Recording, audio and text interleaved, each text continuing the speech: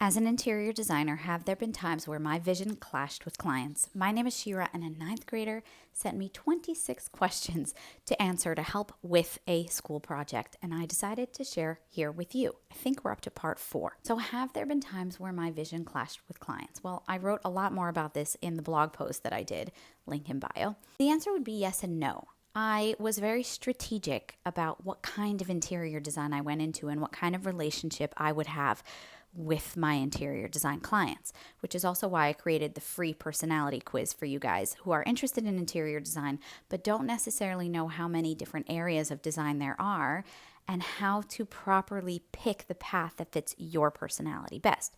So for me, I went with commercial projects because in commercial projects, clients are really not very involved in the design process. There's really 3 things that happen with them. Number 1, they want to make sure in the consultation that we understand everything that's needed from a functional, technical, and budget and timeline standpoint. Outside of that, they don't care so much.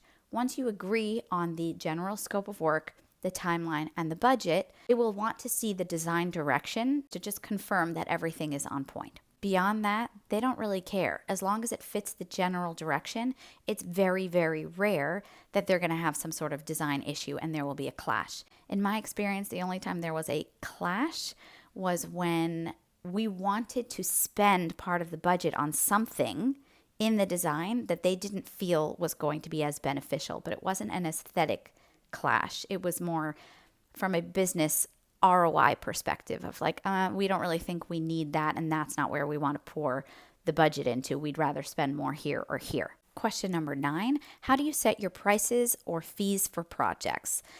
This is a good question, and this took me years to figure out, which is why I ended up uploading on the tools page of the website the project pricing estimator that we ended up creating in our back end of our office to help properly project the costs and fees of projects in a much faster way without having to start from scratch from each of them.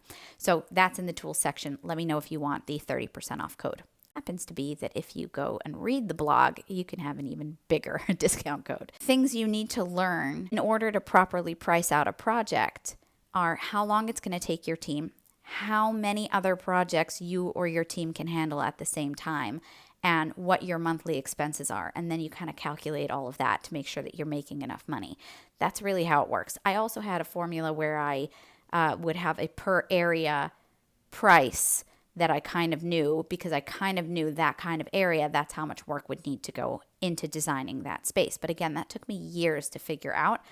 And the project pricing estimator tool makes that a little bit easier.